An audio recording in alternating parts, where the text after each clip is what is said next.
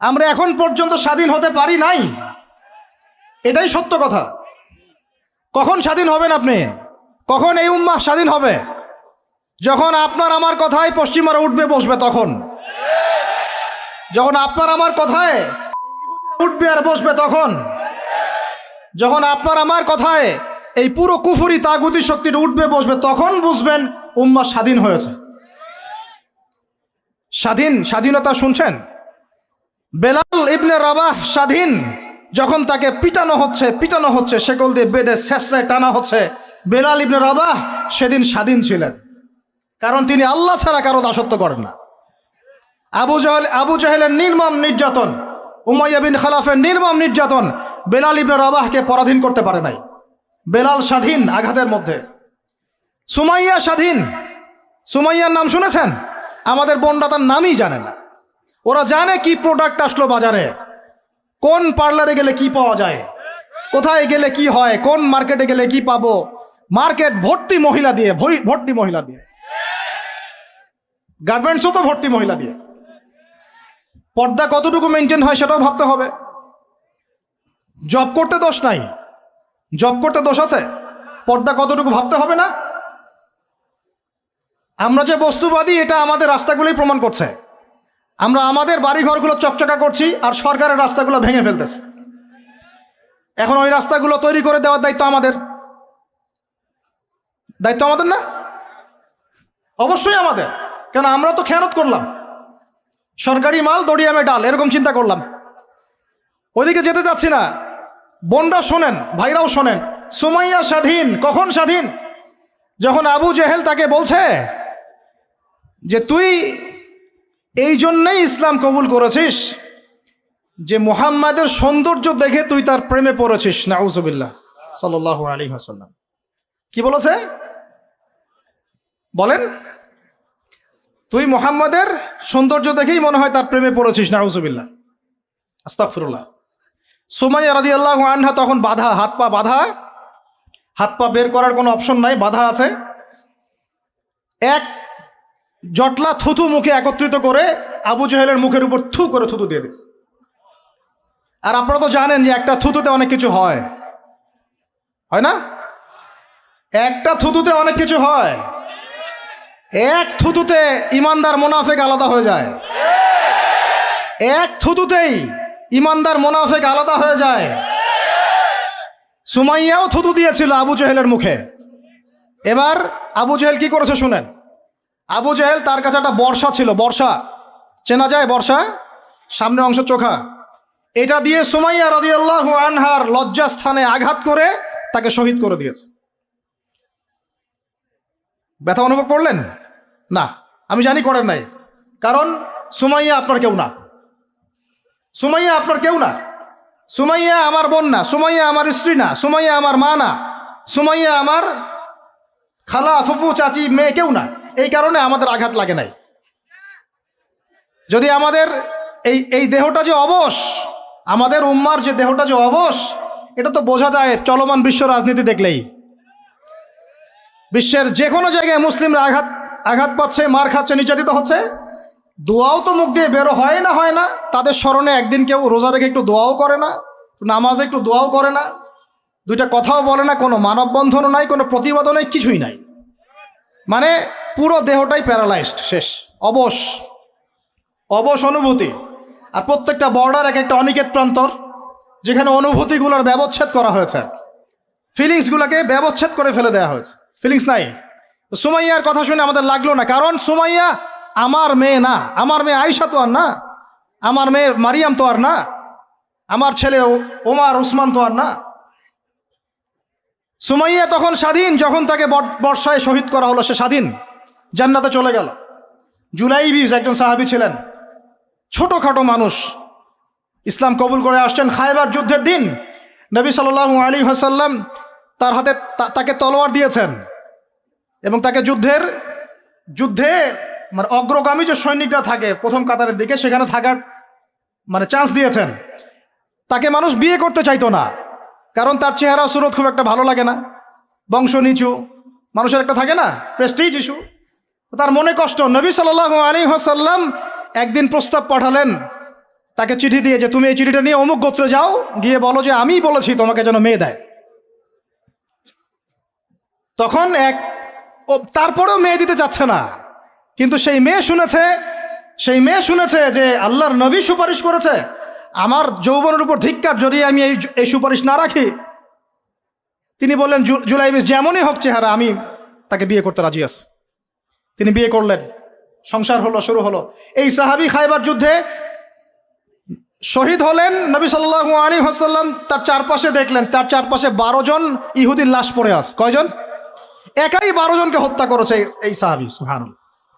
আল্লাহর নবী তাকে নিজের হাতে কোলে নিয়েছেন। কোলে মানে তার দেহটা এরকম ছিল আর কি, খুব লম্বা চওড়া না, নিজের হাতে কোলে নেওয়ার মতো নিয়ে নিজ হাতে তিনি তাকে দাফন করলেন। আর বললেন যে আমার এই সাহাবীর জন্যে হুরে নেইনরা তাদের দরজা খুলে দিয়েছে। এখন তিনি তখন স্বাধীন। ওমর ইবনুল খাত্তাব তখন স্বাধীন। কখন স্বাধীন? ওমর রাদিয়াল্লাহু আনহু যে কোরআন খুলে সূরা তাহা পড়ছেন, তাহা পড়তে পড়তে তার ভিতরে ফিলিংস চলে আসলো যে না, এটা আল্লাহর পক্ষ থেকে আসছে। তিনি বলছেন খুজুনি ইলা রাসূলিল্লাহি ওয়া আসহাবিহি, আমাকে আল্লাহ রাসূলের কাছে নিয়ে চলো, তার সাহাবীদের কাছে নিয়ে চলো। তাকে নিয়ে যাওয়া হলো। ভিতরে হামজা ছিলেন রাদিয়াল্লাহু আনহু, তাকে টেনে নিয়ে আসলেন ভিতরে। বলছেন তরোয়াল নিয়ে আসছো কি জন্য? হ্যাঁ, আলা তানতাহি হাত্তা ইয়াজআল আল্লাহু বিকা কারিয়া, ততক্ষণ পর্যন্ত কি তুমি ক্ষান্ত হবে না যতক্ষণ আল্লাহর গজব না আসছে তোমার উপরে? ওমর ইবনে খাত্তাব বলছেন ইয়া রাসূলুল্লাহ, হে আল্লাহর রাসূল, জিতুকা উমিনু বিল্লাহি ওয়া রাসূলিহি, আমি আপনার কাছে এসেছি আল্লাহ এবং আপনার প্রতি ঈমানদার হয়েই এসেছি। ওয়া বিমা জিতা বিহি মিন ইনদিল্লাহ, এবং আপনি আল্লাহর পক্ষ থেকে যা নিয়ে এসেছেন এই কোরআনের প্রতি ঈমানদার হয়েই আমি আপনার কাছে এসেছি। আশহাদু আল্লা ইলাহা ইল্লাল্লাহ ওয়া আশহাদু আন্না মুহাম্মাদান আবদুহু ওয়া রাসূলুহু। কালিমা পড়লেন, মুসলিম হলেন, স্বাধীন হলেন। আগে পরাধীন ছিলেন। বুঝতে পারছেন না কথা? এরপরে তিনি সবার দরজায় গিয়ে নক করলেন। আবু জেহেলের বাসায় নক করে বলছেন হাল আলিমতা আন্নী কদ আসলামত, তুমি কি জানলা যে আমি ইসলাম কবুল করেছি? আবু জেহেল, তুমি কি জানলা, শুনলা যে আমি ইসলাম কবুল করেছি? আরেকজনের বাসায় যান, উমাইয়া বিন খালাফ, হাল আলিমতা আন্নী কদ আসলামত, তুমি কি জানলা আমি ইসলাম কবুল করেছি? ওয়াত্তাবা'তু মুহাম্মদ সাল্লাল্লাহু আলাইহি ওয়াসাল্লাম, আমি আল্লাহ রাসূলের ইত্তেবা করেছি। এরপর কুরাইশদের এই কাবার সামনে গিয়ে বলছেন ইয়া মা'শারাল কুরাইশ, হে কুরাইশ তোমরা শোনো, ই'লামু আন্নী কদ আসলামত, তোমরা জেনে রাখো যে আমি ইসলাম কবুল করেছি। ওয়া শাহিদতু আল্লা ইলাহা ইল্লাল্লাহ ওয়া আন্না মুহাম্মাদান আবদুহু ওয়া রাসূলুহু। এবার কুরাইশরা গিয়ে তার উপর আক্রমণ শুরু করলো। 40 জন 50 জন গিয়ে তাকে জাপটে ধরতেছে, তিনি একাই লড়তেছেন সবার সাথে। একজন এসে পরামর্শ দিচ্ছেন, ওই যে আপনারা যারা হিকমতের দোহাই দিয়ে কাপুরুষতাকে আড়াল করতে চান তারা শুনেন ওয়াজটা ভালো করে। যারা হিকমতের দোহাই পেরে কাপুরুষতাকে আড়াল করতে চান তারা শুনেন।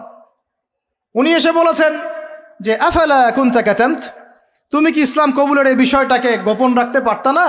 কি দরকার ছিল এভাবে প্রকাশ্যে বলার? কি দরকার ছিল এভাবে কাফেরদের সাথে একটা দ্বন্দ্বে জড়ানোর?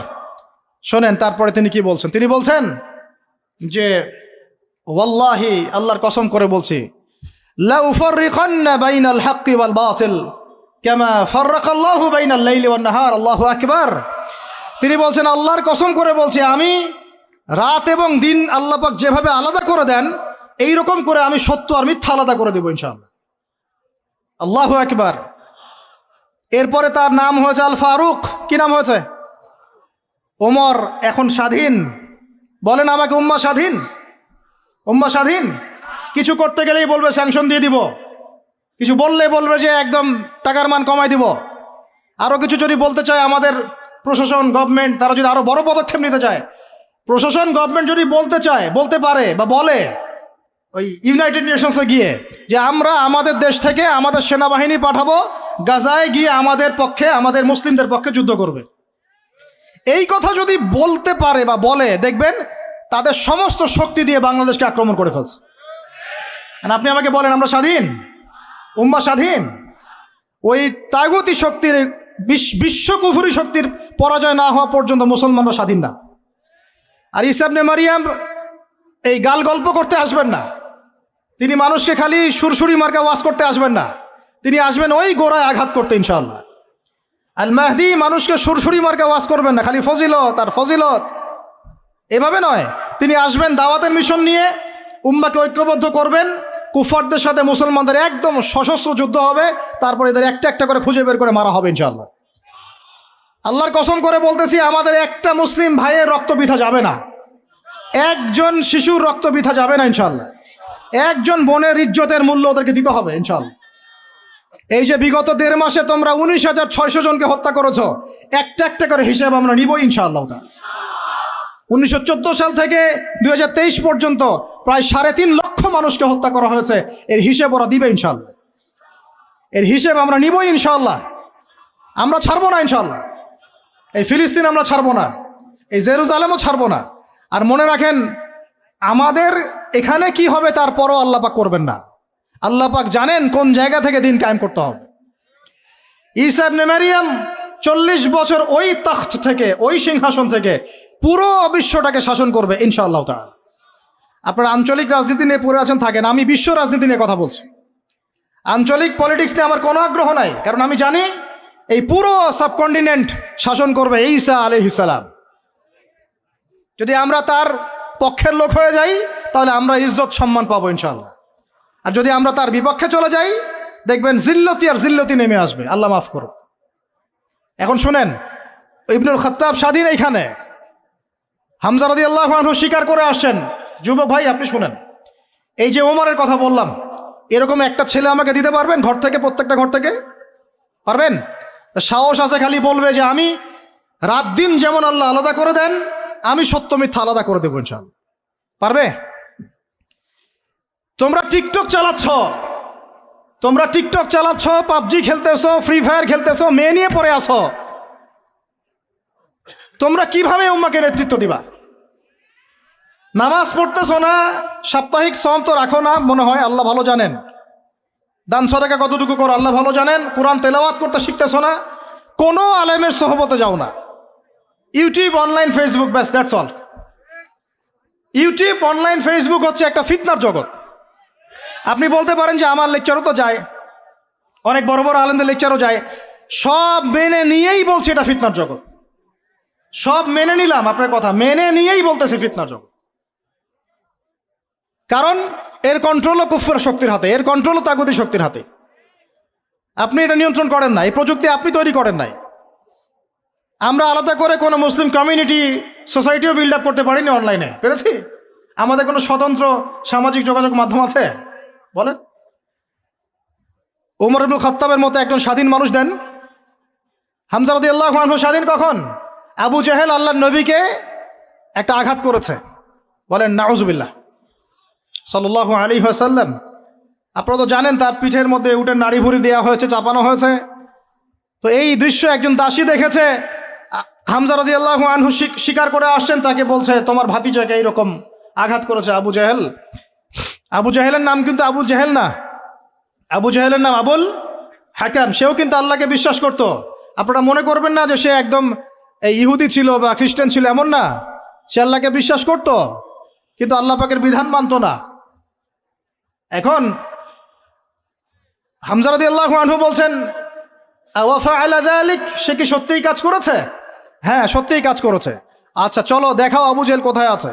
তিনি ঘোড়া ছুটায় গেলেন কাবা ঘরের সামনে, গিয়ে বললেন যে তুমি আমার ভাতিজাকে গালি দিয়েছ, তুমি আমার ভাতিজাকে আঘাত করেছ, জেনে রাখো আমি আজকে থেকে আমার ভাতিজার দিনের উপর আছি।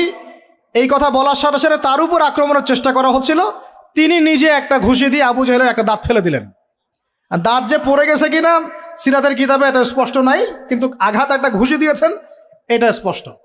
ঘুষি দিয়ে বলছেন রুদ্দাহা ইনিস্তাতা, রুদ্দাহা ইনিস্তাতা, যদি সাধ্য থাকে এই ঘুষিটা আমাকে ফেরত দিয়ে দেখাও, সাধ্য থাকলে আমাকে আরেকটা আঘাত করে দেখা। আকুলু মা ইয়াকুল, আমি তাই বলি যা আমার ভাতিজা বলে। শাহিদতু আল্লা ইলাহা ইল্লাল্লাহ ওয়া আন্না মুহাম্মাদান আবদুহু ওয়া রাসূলুহু, আমি সাক্ষ্য দিচ্ছি বা দিলাম আল্লাহ ছাড়া কোনো ইলাহ নাই, মুহাম্মদ আমার ভাতিজা আল্লাহর রসুল। তোর সাধ্য থাকলে আমাকে ঠেকা। এরকম জেনারেশন দিতে পারবেন? আপনার ছেলেটা কি এরকম? আপনার ভাইরা কি এরকম? এই আমাদের মায়েরা তাদের সন্তানকে এরকম, যে মেয়েদেরকে ঘরে নিয়ে আসছেন, এই মেয়েগুলাও কি সুমাইয়ার মতো? উম্মে আমারা একজন নারী সাহাবী, উম্মে আমারা উহুদের যুদ্ধে চতুর্দিক থেকে আল্লাহ নবীকে আক্রমণ করা হচ্ছে, তিনি একাই তীর ছুটছেন। মহিলা সাহাবী, নারী সাহাবী। আমাদের নারী মেহেদি দেয় বসে বসে, তাও বয়ফ্রেন্ডের জন্যে। আমাদের নারীরা ঘরে বসে বসে মেহেদি দেয়, পার্লারে যায় বয়ফ্রেন্ডের জন্যে। আর উম্মে ওমারা রাদিয়াল্লাহু আনহা, তাদের মতো সাহাবীরা জীবন দেন রাসূলের জন্যে। স্বাধীনতা, এই যে তারা স্বাধীন, আল্লাহর দাসত্বের অধীনে তারা কাউকে পরোয়া করতেন না। তখন উম্মাহ ছিল স্বাধীন। আর কি, আর কার কয়জনের কথা বলবো আপনাদেরকে? মুসআব বিন উমাইর, বিখ্যাত সাহাবী, তরুণ সাহাবী, দায়ী মানুষ, এত দামি পারফিউম ইউজ করতেন, এটা এখনকার লাখ টাকা কোটি টাকার দাম হবে। বিত্তশালী পরিবারের, এই যে বিত্তশালী পরিবারের সন্তানরা শোনেন, আপনারা তো বাইক দাবড়ায় বেড়ান, গাড়ি ড্রাইভ করে বেড়ান, মাঝখানে অ্যাক্সিডেন্ট করে দেন, কেসও খান না, বাপের টাকা আছে পার পেয়ে যান, ইয়াবা খান, তারপরে গিয়ে মেয়ে নিয়ে ফুর্তি করেন, জেনা নিত্য নৈমিত্তিক ব্যাপার। একটা মেয়েকে পিছনে ওঠান, 7 দিন ঘোরেন, আবার চেঞ্জ করেন, 7 দিন পর আরেকটা নেন। মুসআব বিন উমাইরও ধনীর সন্তান ছিলেন, ধনীর দুলাল। যখন ইসলাম এসেছে, কুরআন এসেছে, শুনেছেন তিনি, ইসলাম কবুল করেছেন। মা সম্পত্তি থেকে বঞ্চিত করেছে, তার বেশি তরবারের আঘাত আছে। কয়টা বেশি? তার মাকবারা ওখানেই আছে, দেখে আসেন। তিনি স্বাধীন। ওই ময়দানে যারা সেদিন ছিলেন, ওই শনিবার সকাল 10টা থেকে, ওটা তো শাওয়াল মাসের, তাই না? শাওয়াল না, রমজানে পড়ে শাওয়াল মাসেই যুদ্ধ হয়েছে। শাওয়াল মাসের 10 তারিখ, মেবি, হ্যাঁ 10 তারিখ, 9 তারিখ, সিরাত কারা পড়েছেন, 9 বা 10 সকালবেলা যুদ্ধ হচ্ছে। ওই সময়ে পৃথিবীতে যারা ওই সময় যুদ্ধ করছেন মুসলমানদের পক্ষে, আল্লাহর জমিনের মধ্যে সবচেয়ে শ্রেষ্ঠ মানুষ তারা, সবচেয়ে শ্রেষ্ঠ জীবন, শ্রেষ্ঠ মৌত। ওখানে তারা উঠবেন, তখন তাদের গা থেকে মেশকাম্বরের ঘ্রাণ ছুটতে থাকবে। মারেফত থাকলে আপনিও পাবেন, অন্তরের মধ্যে কলুষতা থাকলে আপনি পাবেন না, তো স্বাভাবিক। এখন মুসআব বিন উমাইর কি পরাধীন না স্বাধীন? বলেন, তিনি কি পরাধীন না স্বাধীন? স্বাধীন মুসআব বিন উমাইর। আরেকজনের কথা শুনেন, বলতে থাকলে আপনাদের সারা রাত ফজর হয়ে যাবে। জাফর ইবনে আবি তালেব, নাম শুনেছেন? জাফর ইবনে আবি তালেব, শোনেন, এটা শোনেন। অনেকে অনেক দলিল দেয়, এই দলিলগুলো শুনেন, এগুলো শোনেন। ইহুদিদের 3টা গোত্র ছিল মদিনায়। কয়টা ভাই? একটা বনু কোরাইজা, বনু কাইনুকা, বনু নাজির। বনু কোরাইজা, বনু কাইনুকা, বনু নাজির, এই 3টা গোত্রের সাথে আমাদের চুক্তি ছিল। আমরা একটা সনদের মধ্যে ছিলাম। গাদ্দার, এরা সনদ ভঙ্গ করলো, ঠিক যেমন করে তারা এখন প্যালেস্টাইনে আক্রমণ করছে, এইভাবে সনদ ভঙ্গ করলে। বনু কাইনুকার বাজারে আমাদের এক মহিলা সাহাবী দিনী বোন গিয়েছেন হাজতে, সোনার দোকানে। ইহুদি তাকে বলছে নিকাব খোলো, সে নিকাব খুলবে না। ইহুদি দুষ্ট, ষড়যন্ত্র করে তার কাপড়ের একটা অংশ রশি দিয়ে গিট বেঁধে দিয়েছে। আমাদের দিনী বোন উঠতে গিয়েছেন, সতর একটু খুলে গেছে, নাউজুবিল্লাহ। চিৎকার করে উঠেছেন। পাশে ছিলেন এক আমাদের আনসারি সাহাবী, আওয়াজ শুনেছেন। সেই আওয়াজ শুনে 1 মুহূর্ত দেরি করেন নাই, মদিনায় ফিরে এসে নবীর কাছে পারমিশনও চান নাই। বুঝেন, দলিল বুঝেন। তিনি 1 মুহূর্ত দেরিও করেন নাই, মদিনায় ফিরে গিয়ে নবীর কাছে পারমিশনও নেন নাই। তার কাছে একটা খোলা তরোয়াল ছিল, বের করেছেন, এই ইহুদির গর্দানে একটা কোপ দিয়ে গর্দান নামাই দিয়েছে। সাহসীদের মতো বলেন আল্লাহু আকবার। বাস বাস বাস বাস বাস, আমি টপিক হারাই ফেলবো। বাস বাস ভাই, বসেন বসেন বসেন বসেন, আমি টপিক হারাই ফেলবো।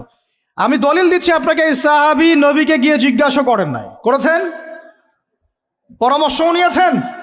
তার সামনে তার বোনকে এইভাবে টিস করা হয়েছে, 1 মুহূর্ত দেরি করেন নাই, গর্দান নামাই দিয়েছে। এবার ইহুদিরা মিলে ওই সাহাবীর উপর আক্রমণ করে ওই সাহাবীকে শহীদ করে দিয়েছে। নাই, শেষ, ওনাকে মেরে ফেলেছে। তারপরে এই কেসটা নবীর দরবারে আসলো। নবীর দরবারে আসার পরে নবী সাল্লাল্লাহু আলাইহি ওয়াসাল্লাম সাহাবীর ব্যাপারে কোনো সমালোচনা তো করলেনই না। সাহাবী, তুমি ভুল করেছো, আমাকে জিজ্ঞেস কেন করো নাই, আমার পরামর্শ কেন নাও না, এগুলো তো বললেনই না। বরং তার অন্যান্য সাহাবীদেরকে বললেন, সবাই যুদ্ধের বর্ম পরে বের হও, বনু কাইনুকাকে আক্রমণ করতে হবে। এখন আপনি দেখছেন 3 মাসে 19,600 জন, 3 মাসে সরি 3 মাস কিসের, 1.5 মাসে 19,600 জন। আর এখানে একজন মুসলিম ভাই, একজন মুসলিম বোনের ইজ্জতের বিনিময়ে নবী সাল্লাল্লাহু আলাইহি ওয়াসাল্লাম পুরা বনু কাইনুকাকে একদম সমূলে উৎপাটিত করে মদিনা থেকে বিতাড়িত করলেন। ওই উম্মার সাথে এই উম্মার কোনো সম্পর্ক আছে? ওই আরবের সাথে এই আরবদের কোনো সম্পর্ক আছে? ওই স্বাধীনতার সাথে এখনকার এই পরাধীনতার কোনো সম্পর্ক আছে? এরপরে আপনারা ফ্যান্টাসি নিয়ে পড়ে আছেন। আল্লামা রুমি বলতেন, উনি একজন বড় সফি মানুষ ছিলেন, উনি বলতেন যে আমি যা বুঝি আর আমি যা জানি বুঝতে পারি, তোমাদেরকে বলে কি লাভ, তোমরা তো বুঝবা না। কে বলতেন? বড় বড় যারা আল্লাহর ওলি তারা, তাদের কথাটা একটু এই টাইপের হয়, মনে হয় একটু অস্বাভাবিক, কিন্তু এর ভিতরে অনেক গভীরতা থাকে। আমি নিজেও এ কথা বলতেছি, আমরা যা বুঝি, যা বুঝতেছি, যা দেখতেছি, তা আপনাদেরকে বলে বুঝাতে পারবো না, বলেই বা কি লাভ, আপনি হয়তো বুঝবেনও না। এই একটা ঘটনা দলিল পেলেন। আরেকটা শোনেন, আরেকটা কওম হলো বনু নাজির। রাসূলকে দাওয়াত দিয়েছে, দাওয়াত দিয়ে বলছে যে আমরা ইসলাম কবুল করব, আসেন নেগোশিয়েট করি। নবীজি বসেছেন, নবী সাল্লাল্লাহু আলাইহি ওয়াসাল্লাম গিয়েছেন দাওয়াত দিতে বনু নাজিরের সিঁড়ির মধ্যে, এটাকে বলে দেয়ালে হেলান দিয়ে আছেন। উপর থেকে এরা চাকি আছে না, চাকি যেটা দিয়ে আমরা ধান ভাঙে আগেকার মায়েরা বোনেরা, বড় বড় যে লোহার আর পাথরের, এইগুলো উপর থেকে ফেলে তাকে হত্যা করার চেষ্টা করেছিল বনু নাজির। কোন গোত্র? ইহুদিদের বনু নাজির। আল্লাহ নবী জিবরাইল আলাইহিস সালামের মাধ্যমে জানতে পারলেন, সেখান থেকে উঠলেন, উঠে বললেন যে ঠিক আছে, বনু নাজিরকে আমরা অবরোধ করব। 1.5-2 মাস অবরোধ করে রাখা হলো। সূরা হাশরে পড়ে দেখেন। এরপরে এরা নিজেদের ঘরবাড়িগুলো কাঁধে করে নিয়ে মদিনা থেকে বিতাড়িত হলো। বনু নাজির দলিল নাম্বার 2। 3 বনু কোরাইজা, বাকি আছে শুধু একটা, এখন বনু কোরাইজা। বনু কোরাইজাকে বলা হয়েছে আমাদের সাথে থাকবে, অন্যদের সাথে যাইতে পারবে না। Okay fine. খন্দকের যুদ্ধে 10,000 সেনাবাহিনী নিয়ে আবু সুফিয়ান আক্রমণ করেছে মদিনা, অবরোধ করে রেখেছে। এই সুযোগে বনু কোরাইজা কোরাইশদের সাথে মিলে আমাদের সাথে গাদ্দারি করল। আল্লাহ নবী যুদ্ধ শেষ করে বনু কোরাইজায় গিয়ে কেউ আসরের নামাজ পড়বা না, ওদের সাথে আগে মীমাংসা করতে হবে। তারপরে ওখানে গিয়ে ওদেরকে অবরোধ করা হলো। সাদ বিন মুআজ রাদিয়াল্লাহু আনহুর হাতে এই বনু কোরাইজার একজন বালেগ যারা ছিল, এদের সবার গর্দান নামানো হয়েছে। এটা বনু কোরাইজা, বনু কাইনুকা, বনু নাজির, 3টা বড় বড় গোত্রের সাথে আমাদের যুদ্ধ হয়েছে নবী জীবিত থাকাকালীন। কি কি ইস্যু নিয়ে দেখেছেন। আর এখন আপনি দেখছেন বিগত 100 বছর, 1914 থেকে 2023 পর্যন্ত মার তারা দিতেই আছে, মুসলমান খাইতেই আছে। 4বার বড় বড় যুদ্ধ হয়েছে। যুদ্ধ এই 4টাতে মুসলমানদের মোটামুটি পরাজয়। এখন মোটামুটি 78 থেকে 80% জায়গা ওদের। এখন কি নতুন করে এই জিহাদটা ওখানে ফরজ হয়েছে, না আগে থেকেই ছিল? ওদেরকে বের করে দেওয়ার পর, 3টা গোত্রকে বের করে দেওয়ার পর খায়বারে তারা কিছু বাকি ছিল। আলী রাদিয়াল্লাহু আনহু হাতে পতাকা দিয়ে বললেন, খায়বারে যাও, আক্রমণ করো, এ নাইম দুর্গ তুমি জয় করবে ইনশাআল্লাহ। খায়বারের মারহাব ছিল একজন বীর, ইহুদি বীর, একাই 10 জনের সাথে লড়তে পারে। আলী ইবনে আবি তালেবের তরোয়ালের আঘাতে ওর মাথার উপর থেকে তরোয়াল গিয়ে এইভাবে বসে গেছে মাটিতে, মানে দেহটা এইভাবে দ্বিখণ্ডিত হয়ে গেছে। ওদেরকে তারপরে বের করে দেওয়া হয়েছে। তারপর নবী সাল্লাল্লাহু আলাইহি ওয়াসাল্লাম বলেছেন তার ইন্তেকালের কয়েকদিন আগে, যে আমার ইন্তেকালের পর তোমরা বাকি যে অবশিষ্ট যারা আছে এদের সবাইকে জাজিরাতুল আরব থেকে বের করে দিবে। কে বলেছেন এটা? বলেন। এখন তারপর ওমর রাদিয়াল্লাহু আনহু ওটা জয় করেন, আমাদের আন্ডারে থাকে। 1099 সালে ক্রুসেডাররা গিয়ে ওটা আবার দখল করে। তার মোটামুটিভাবে 80 থেকে 90 বছরের মধ্যেই 1176 নাকি 87, 1176 দিকে আইয়ুবী রাহিমাহুল্লাহ গিয়ে সেটা আবার জয় করেন। তারপরে আবার ওখানে লড়াই হয়েছে। তারপরে আবার গিয়ে আপনার মামলুকদের ভূমিকা আছে, জেঙ্গিদের ভূমিকা আছে, তুর্কিদের ভূমিকা আছে, ওসমানীয়রা আবার দখল করেছে। এই সিলসিলা চলতে চলতে 1914 সালে গিয়ে তারা এই ব্রিটেনের সহযোগিতায় এই জায়গাটা দখল করেছে। কত সালে? এই তো 1914 সালে। দখল করার পর থেকে এখন এই বিগত 100 বছরে ওখান থেকে তারা বিশ্বের সব নিয়ন্ত্রণ করা শুরু করেছে।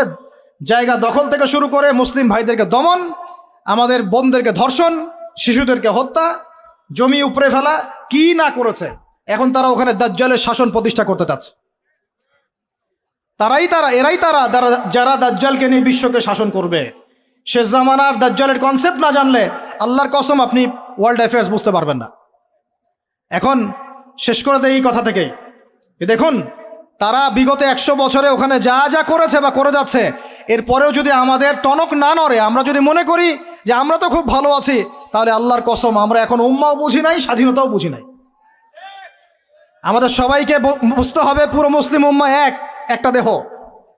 আমরা নিজেদের বেসিক ঠিক করব, অর্থনীতি ঠিক করব, আমাদের পরিবার ঠিক করব, আমাদের দাওয়াতের মোটিভটা ঠিক করব। এই ইস্যু পাগল জাতি হব না, মূল জায়গায় থাকার চেষ্টা করবো ইনশাআল্লাহ।